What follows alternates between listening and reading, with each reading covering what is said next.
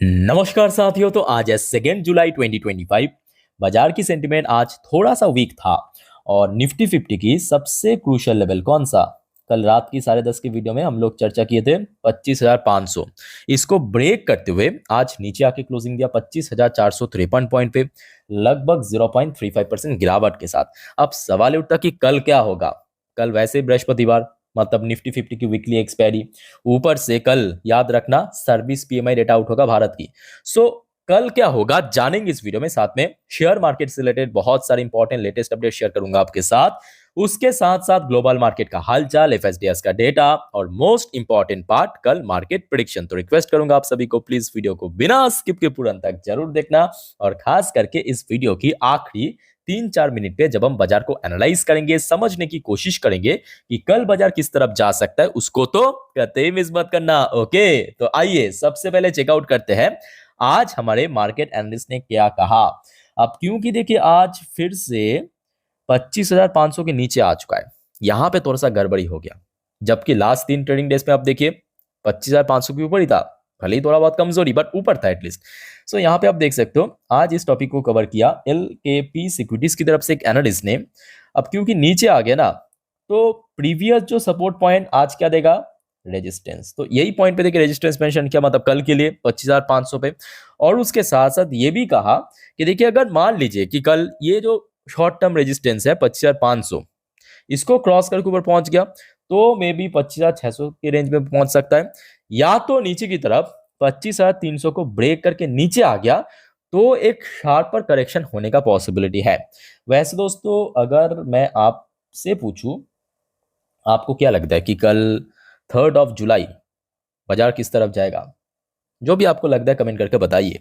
अच्छा, same topic को cover किया मनी कंट्रोल के वेबसाइट में दूसरे एक और एनालिस्ट ने बाजार के बारे में अपने एक विचार रखा, पॉइंट ऑफ व्यू रखा। टेक्निकल व्यू देखिए, bears could gain more strength if Nifty decisively break 25,200। So पहले एनालिस्ट ने कहा था 25,300, वो अगर ब्रेक किया तो और ज्यादा गिरावट हो सकता है। दूसरे एनालिस्ट ने कहा नहीं, 25,200 ये अगर ब्रेक किया तो और ज्यादा गिरावट होने का चांस है। फिलहाल दोस्तों इस टॉपिक को इस वीडियो के आखिरी 3-4 मिनट में हम बढ़िया से कवर करेंगे, बट उसके पहले आज बहुत सारे इंपॉर्टेंट अपडेट्स है, कुछ रिपोर्ट पब्लिश किया गया आपके साथ मैं शेयर करना चाहूंगा।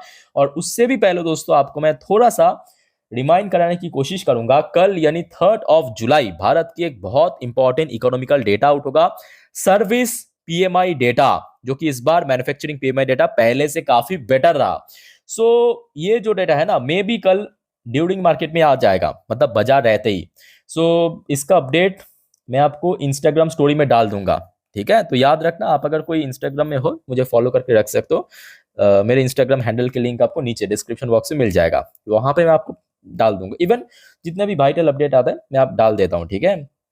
अच्छा, नेक्स्ट जो रिपोर्ट है मॉर्गन स्टैनली की तरफ से, देखिए मॉर्गन स्टैनली की तरफ से आज भारत की जो इकोनॉमी है उनके बेस पे कुछ स्टेटमेंट दिया या रिपोर्ट पब्लिश किया। देखिए, India emerging as the fastest growing economy globally. So financial year 25, इसमें तो हमने देखा भारत ऑब्वियसली सबसे फास्टेस्ट ग्रोइंग इकोनॉमी था।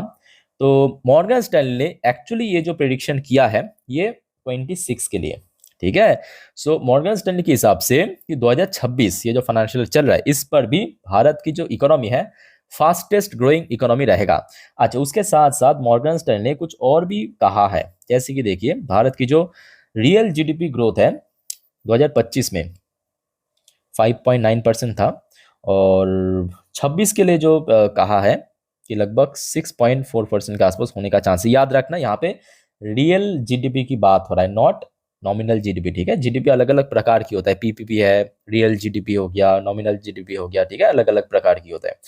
अच्छा, नेक्स्ट देखिए आपके मिडिल ईस्ट की तरफ से एक और वाइटल अपडेट। देखिए, Middle East conflict, Donald Trump announce, अच्छा, इजराइल एग्रीमेंट टू 60 डेज, 2 महीना ceasefire plan, urge Hamas to take deal. So Donald Trump, अभी ये बंदा बहुत ही मिस्टीरियस है सीरियसली कह रहा हूँ। पहले कह रहा था कि नहीं पूरा जंग खत्म हो जाएगा, अभी कह रहा है कि नहीं सिर्फ 60 दिन की एग्रीमेंट है, उसके बाद फिर से मारेगा। मतलब ऐसा कौन करता है? या तो पूरा बंद कर दे या तो बंद ना कर, है ना? तो अभी ये जो एग्रीमेंट होगा ना, जो डोनाल्ड ट्रम्प के हिसाब से अनाउंसमेंट किया है कि इसराइल और हमास के भीतर 60 दिन के लिए बंद रहेगा, सीज फायर रहेगा। ब्रीच भी हो सकता है, कुछ भी हो सकता है। 60 दिन बाद क्या होगा वो किसी को नहीं मालूम। ठीक है, सो अब देखना होगा कि क्या चलता है। अच्छा दोस्तों, कुछ इंडिविजुअल शेयर्स को कुछ अपडेट है, जैसे कि नायका। नायका के अंदर यहाँ पे बांगा फैमिली ने आज सेल किया है लगभग 2% के आसपास स्टेक, जिसकी कुल वैल्यूएशन लगभग $150 मिलियन के आसपास। ठीक है, सो कल नायका की शेयर के ऊपर नजर रखना। अच्छा, उसके साथ साथ वोल्टास, टाटा ग्रुप की कंपनी है वोल्टास। वोल्टास को जीएसटी अथॉरिटीज की तरफ से सोकॉस नोटिस भेजा है 265 करोड़ की।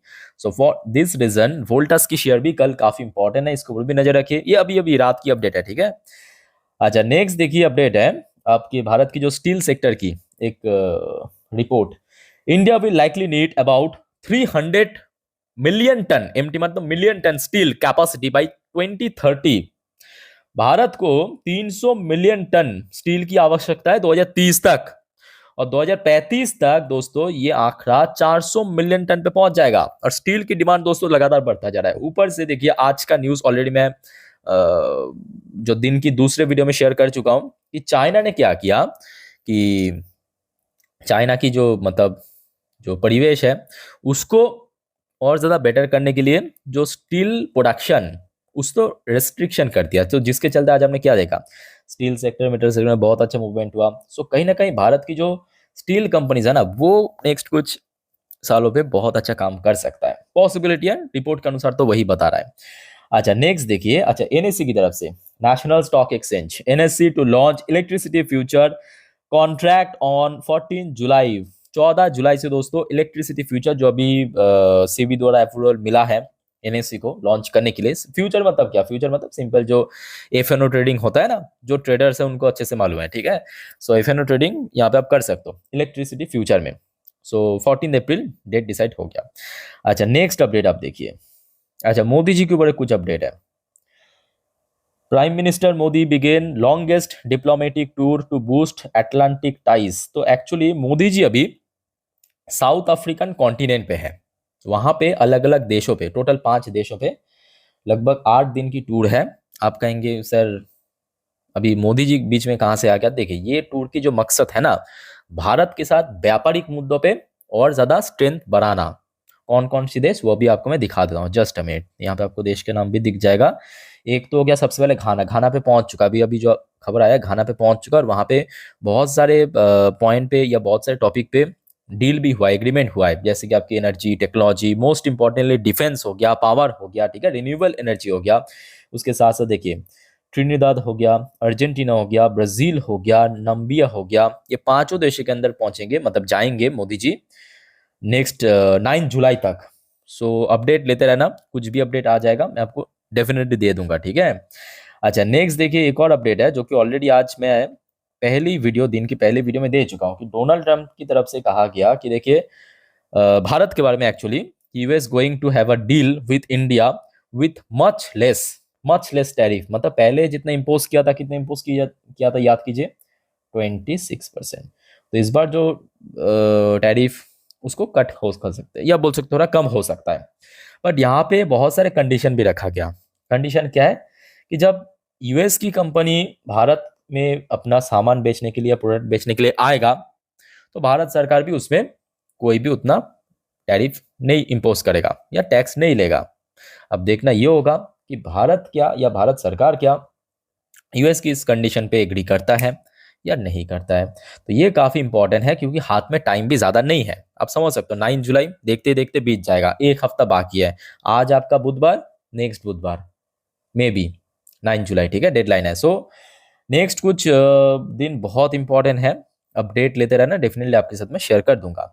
आज ऐसे ही दोस्तों एक और अपडेट आया आज की डेट में। अब देखिए जो गेम है ना वो काफी दिलचस्प बन चुका है, सीरियसली कह रहा हूं। मतलब डोनाल्ड ट्रम्प हर एक के साथ दोस्तों पंगा ले रहा है, और सब अपने अपने लेवल की top top top. Donald Trump के साथ जेरोम पॉयल, फेडरल रिजर्व की chairperson, Donald Trump versus Elon Musk, सबसे richest person in America and in the world, है ना। अब देखिए डोनाल्ड ट्रम्प के साथ मस्क का तो चल रहा है। अब एक कहावत है कि शत्रु शत्रु की शत्रु हमेशा दोस्त होता है, कहावत है ना।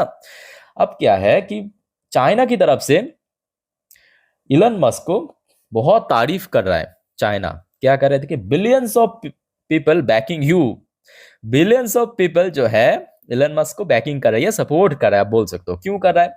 Y China is supporting Musk amid feud with Trump? अब देखिए इसका रीजन बहुत ही सिंपल है, बहुत सिंपल है। क्या रीजन है? देखिए चाइना एक ही चीज चाहता है आज की डेट में, पैसा, इकोनॉमी।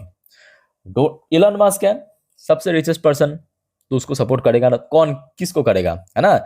दूसरा पॉइंट क्या है, इलन मस्क की जो कंपनी है टेस्ला, टेस्ला की जो सबसे बड़ा मैन्युफैक्चरिंग फैसिलिटी वो दोस्तों चाइना में है तो चाइना तो सपोर्ट करेगा ही इस मुद्दों पे। और जहां पे ट्रम्प इलन मस्क की अगेंस्ट में है वहां पे तो 100% करना चाहिए मैं होता तो मैं करता, है ना। तो बात वही है। तो अभी जो गेम है ना बहुत ही ज्यादा रोमांचक हो चुका है। अच्छा नेक्स्ट देखिए, कुछ ऐसा ही न्यूज आएगा भारत के केस में भी, कुछ ऐसा ही न्यूज आएगा। देख लीजिए आज ये अभी अभी का अपडेट है, ये देखिए आज रात की अपडेट है, जस्ट मिनट। ये देखिए यहाँ पे आपको दिख रहा है ना काफी छोटे अक्षर में, 2 जुलाई रात के 9:09 की अपडेट है, अभी अभी अनाउंसमेंट हुआ यूएस की तरफ से। देखिए Donald Trump claim Vietnam agrees 20% import tariff, zero on US product. ठीक है, तो इसके पहले कितना था, इसके पहले इससे बहुत ज्यादा था। सो वियतनाम के साथ भी यहाँ पे एग्रीमेंट साइन हुआ है, मतलब न्यू एग्रीमेंट आप बोल सकते हो यूएस का। और पहले जो टैरिफ था इम्पोज किया था उसको कट करके, उसको कम करके, ऐसा नहीं कि पूरा खत्म कर दिया, कम करके 20% टैरिफ इम्पोज किया है वियतनाम के ऊपर। और बाकी यूएस प्रोडक्ट को दोस्तों जीरो कर दिया। क्या मतलब? मतलब जब यूएस की कंपनी वियतनाम पे जाएगा अपना सामान बेचने के लिए, उसके ऊपर जीरो टैरिफ लगेगा, मतलब वियतनाम की सरकार की तरफ से। तो कुछ इस टाइप की न्यूज आपको सुनने को या देखने को मिलेगा नेक्स्ट कुछ दिनों के अंदर भारत के ऊपर। तो अपडेट लेते रहना, मिस मत करना अपडेट, ठीक है।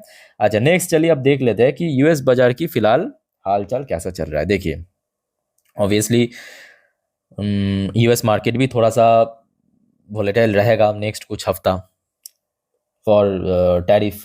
तो अब देख सकते हो अभी यूएस में लोकल टाइम दोपहर 12:47। तो अभी डॉ जोन्स की पोजीशन जो है थोड़ा सा ऊपर नीच करते करते थोड़ा फ्लैट चल रहा है। अच्छा दूसरी तरफ देखिए नैस्डैक कंपोजिट जहां पे है ना काफी बेटर प्लेस में, और नैस्डैक जो है रिसेंटली अपना ऑल टाइम हाई तो टच किया था, आज भी अपना ऑल टाइम हाई के काफी नजदीकी ट्रेड करा है, बहुत नीचे नहीं है, लगभग 0.81% ऊपर चल रहा है। अच्छा इसके पीछे क्या रीजन है? देखिए इसके पीछे रीजन बहुत सिंपल है। नैस्डैक में एक तो देखो बहुत सारे यूएस की टेक कंपनी की रिजल्ट आउट हुआ, उसके साथ साथ दोस्तों आपको याद होगा कल मैं आपको दिखाया भी था टेस्ला, टेस्ला की शेयर लास्ट डे लगभग 5-6% क्रैश किया था, और आज टेस्ला की शेयर में फिर से रिकवरी हो रहा है। ओके सो जिसके चलते जहां पे डॉ जोन्स थोड़ा सा स्ट्रगल कर रहा है, बट नैस्डैक की पोजीशन थोड़ा सा बेटर है। अच्छा नेक्स्ट हम बात करेंगे, ऐड आ गया जस्ट अ मिनट, यूएस की 10 साल की बॉन्ड डील लगभग अभी 1.27% पॉजिटिव में चल रहा है। ओके सो बाकी करेंसी के लिए मैं कहूँगा अच्छी बात नहीं है। अच्छा ब्रेन क्रूड की प्राइस अभी फिर से स्पाइक होने लगा, क्योंकि इक्विटी मार्केट में जितना तनाव बढ़ेगा, याद रखना इक्विटी मार्केट में जितना ज़्यादा आपको टेंशन देखने को मिलेगा, ऊपर से ओपेक प्लस की मीटिंग है, ठीक है। सो कहीं ना कहीं क्रूड ऑयल तो थोड़ा सा बढ़ सकता है, और क्रूड ऑयल की बढ़ना बहुत सारे सेक्टर के लिए अच्छी बात भी नहीं है। अच्छा बाकी देखा जाए इंडियन करेंसी की वैल्यूएशन लास्ट 5 दिन से ऐसा कोई बहुत बड़ा बदलाव नहीं हुआ, चेंजेस नहीं हुआ, लगभग उसी लेवल पे है, चलो ठीक है। अच्छा कुछ इंडियन कंपनी की पोजीशन आप देखिए, जैसे कि Wipro limited adhere version 0.82% positive में आ चुका है। अच्छा इन्फोसिस लिमिटेड की एडियर वर्जन लगभग 0.34% नीचे चल रहा है, बट शुरू में जहाँ पे ओपन हुआ था उसके बाद रिकवरी चल रहा है। अच्छा एचडीएफसी बैंक की एडियर वर्जन लगभग 0.40% नीचे, बट स्टिल जहाँ पे ओपन हुआ था अभी थोड़ा थोड़ा रिकवर चल रहा है। बट आईसीआईसी बैंक की एरियर वर्जन पॉजिटिव में 0.18% ऊपर। अच्छा बात करते हैं हमारे गिफ्ट निफ्टी, गिफ्ट निफ्टी भैया किस तरफ है, जस्ट अ मिनट, यहाँ पे आप देख सकते हो नीचे टाइम एडजस्ट हो रहा है, ऊपर नंबर। सो एग्जैक्टली अभी जब मैं वीडियो रिकॉर्ड कर रहा हूँ गिफ्ट निफ्टी की पोजीशन 25,554 पॉइंट पे, 25,554 पॉइंट पे, मतलब आज जहाँ पे निफ्टी 50 क्लोजिंग दिया वहां से एग्जैक्टली 101 पॉइंट ऊपर। सो मतलब ना बहुत ऊपर ना बहुत नीचे, मतलब आप खराब भी कह नहीं सकते, अच्छा तो कह नहीं सकते, क्योंकि प्रीमियम भी है जुलाई की फ्यूचर। सो थोड़ा सा फ्लैट चल रहा है अभी, ठीक है, अभी माहौल जो है थोड़ा सा फ्लैट है। अच्छा दोस्तों आगे बढ़ते हैं नेक्स्ट चलिए देख लेते हैं कि आज एफएसडीएस द्वारा कैसा कारोबार था। ओके, तो मैं आपको नंबर्स जो है ना स्क्रीन के ऊपर बड़े बड़े अक्षर में लिख के देता हूँ। चलिए, तब तक दोस्तों अगर आपने चैनल को सब्सक्राइब नहीं किया, आप सभी को दोस्तों रिक्वेस्ट करूंगा चैनल को सब्सक्राइब करके जरूर रखना, ऐसे इन्फॉर्मेटिव वीडियो हर रोज पाने के लिए। ठीक है, देखिए आप अगर सब्सक्राइब नहीं करेंगे तो जब मैं वीडियो अपलोड करूंगा आप लोगों के पास पहुंचेगा नहीं। ठीक है, सो चैनल के साथ कनेक्टेड जरूर रहना। अच्छा, डीएस ने आज बाई किया 3036 करोड़ की शेयर और एफएस ने सेल किया, जी हाँ स्टिल सेलिंग किया 1561 करोड़ की share. So back to back 2-3 trading days से लगातार एफएस द्वारा सेलिंग चल रहा है। अब सेलिंग क्यों चल रहा है? क्योंकि एक तो टैरिफ का मुद्दा है, ऊपर से देखिए सामने कंपनी की रिजल्ट आउट होगा। ये भी आप याद रखिए, Q1 की रिजल्ट आउट होगा, नेक्स्ट वीक से आउट होगा, नेक्स्ट वीक से टीसीएस वगैरह शुरू हो जाएगा रिजल्ट। ठीक है, तो जिसके चलते एफएस की फिर से थोड़ा सा सेल ऑफ चल रहा है जुलाई पे अभी तो सिर्फ 2 ही दिन है और 2 ही दिन पे सेल किया है। लास्ट डे भी सेल किया था, याद होगा आपको, 1900 करोड़ के आसपास, आज 13,000 करोड़ के आसपास। अच्छा, बाकी देखा जाए यहाँ से तो कोई अपडेट नहीं है, मतलब इसराइल से। और TA35 इजरायली टॉप इंडेक्स, आप बिलीव नहीं करेंगे, आज ऑल टाइम हाई टच किया 3000 के ऊपर पहली बार, 3006 पॉइंट पे, और क्लोजिंग भी मोस्ट इंपॉर्टेंटली 3000 के ऊपर दिया पहली बार। ठीक है, सो दोस्तों जितने भी इंपॉर्टेंट अपडेट था आपके साथ में शेयर कर लिया। अब चले मैं आपको मार्केट एनालिसिस वाला पार्ट के ऊपर लेके चलता हूं। तो दोस्तों अभी आपके सामने मैं ओपन कर लिया निफ्टी 50 की लास्ट 3 महीने की कैंडलस्टिक चार्ट पैटर्न। अब दोस्तों जो बात आपको मैं बताने जा रहा हूं बहुत ही ध्यान से सुनना, अच्छे से ऑब्जर्व करना। देखिए, सबसे पहली बात यह है कि कल सुबह जब मार्केट ओपन होगा उसके पहले डॉ जोन्स एंड नैस्डैक की फ्यूचर ट्रैक करना। आप में से जो रेगुलर व्यूअर्स हैं उनको तो मालूम है, ये सब मैं बताता हूँ। अब देखिए जो बहुत सारे न्यूअर व्यूअर्स हैं ना, उनको भी बताना पड़ता है। सो डॉ जोन्स एंड नैस्डैक की फ्यूचर सुबह सुबह ट्रैक कर लेना, क्योंकि ग्लोबल मार्केट की सेंटिमेंट के बारे में थोड़ा सा एस्टिमेट मिल जाएगा। ठीक है, अच्छा कुछ स्पेसिफिक सेक्टर्स है जिसके ऊपर नजर रखिए। एक हो गया आपका बैंकिंग सेक्टर, दूसरा हो गया आपका आईटी सेक्टर, तीसरा हो गया आपका मेटल सेक्टर। ठीक है, तो ये तीनों इंपॉर्टेंट सेक्टर है कल के लिए, याद रखिए। अच्छा, ये जो चार्ट पैटर्न मैंने आपके सामने ओपन किया, ये हो गया एक दिन की चार्ट पैटर्न, मतलब यहाँ पे एक एक कैंडल जो है एक एक दिन को रिप्रेजेंट कर रहा है। अब मेरे बात को ध्यान से सुनना, कल के लिए भी सबसे इंपॉर्टेंट लेवल 25,500, कल सिर्फ एक टास्क है निफ्टी 50 की, सिर्फ एक टास्क है, कैसे भी करके इस लेवल को रिक्लेम करना। याद रखना है, रिक्लेम करना, उसके बाद होल्ड भी करना। ऐसा नहीं हो कि ऊपर पहुंच गया फिर से क्लोजिंग के पहले नीचे आ गया, ये नहीं चाहिए। होल्ड करना आवश्यक है, होल्ड करना जरूरी है। ठीक है, सो कल 25,500 को होल्ड करना जरूरी है। और यहाँ पे ही सबसे पहला रेजिस्टेंस, ये हो गया रेजिस्टेंस नंबर 1, ये सबसे पहला रेजिस्टेंस। अब मान लीजिए कि कल पहुंच गया ऊपर, मान लीजिए कि कल फर्स्ट हाफ में ही 25,500 को रिक्लेम करके ऊपर पहुंच गया, तो उसके बाद का क्या? उसके बाद देखिए लास्ट 3 ट्रेडिंग डेज पे जहां पे बैक टू बैक यहाँ पे रेजिस्टेंस मिला था, यानी 25,600 पे, वहीं पे मिल जाएगा। इवन आज भी मिला, आप देख लीजिए आज भी इंट्राडे हाई टच किया 25,600 के ऊपर, है ना। सो दूसरा रेजिस्टेंस, रेजिस्टेंस नंबर 2 हो जाएगा आपका 25,600। बट सबसे इंपॉर्टेंट ये नहीं है, सबसे इंपॉर्टेंट है 25,500 को होल्ड करना, याद रखना। अच्छा, मान लीजिए कि कल बाजार उतना बढ़िया नहीं होता है, मान लीजिए फॉर एग्जाम्पल, तो नीचे की तरफ करेक्शन होगा। अब नीचे की तरफ सपोर्ट कहां पे है, नोट करना, कल नीचे की तरफ नीचे सपोर्ट है 25,350 से लेके 25,250, ये सबसे वाइटल लेवल। अब इसके पीछे क्या रीजन है? देखिए ये 4 घंटे की चार्ट पैटर्न आप देख सकते हो, 4 घंटे की चार्ट पैटर्न। ठीक है, 4 घंटे की चार्ट पैटर्न पे यहाँ पे आपको एक लाइन दिख रहा है, ब्लू कलर की लाइन, यानी जिसको हम कहते हैं 20 डेज की EMA, एक्सपोनेंशियल मूविंग एवरेज। ये लाइन जो है अभी धीरे धीरे ऊपर शिफ्ट हो रहा है। आज की नंबर आप देख सकते हो 25,273। सो कल लगभग इस लेवल के आसपास पहुंच जाएगा, जिसका नंबर लगभग कोई 25,300 350 के रेंज में रहेगा। सो कल के लिए 25,250 से लेकर 25,350 नीचे क्रूशल सपोर्ट लेवल। बट सबसे वाइटल लेवल याद रखना 25,500 को रिक्लेम करना। ओके, अच्छा आगे बढ़ते हैं। निफ्टी 50 हो गया, अब बात करेंगे बैंक निफ्टी। देखिए बैंक निफ्टी की क्लोजिंग भी वैसे आज कुछ खास नहीं हुआ, निफ्टी 50 की तरह ही। सो बैंक निफ्टी के लिए भी कल सिर्फ एक टास्क रहेगा, 57,000 को रिक्लेम करना और उसको होल्ड करना,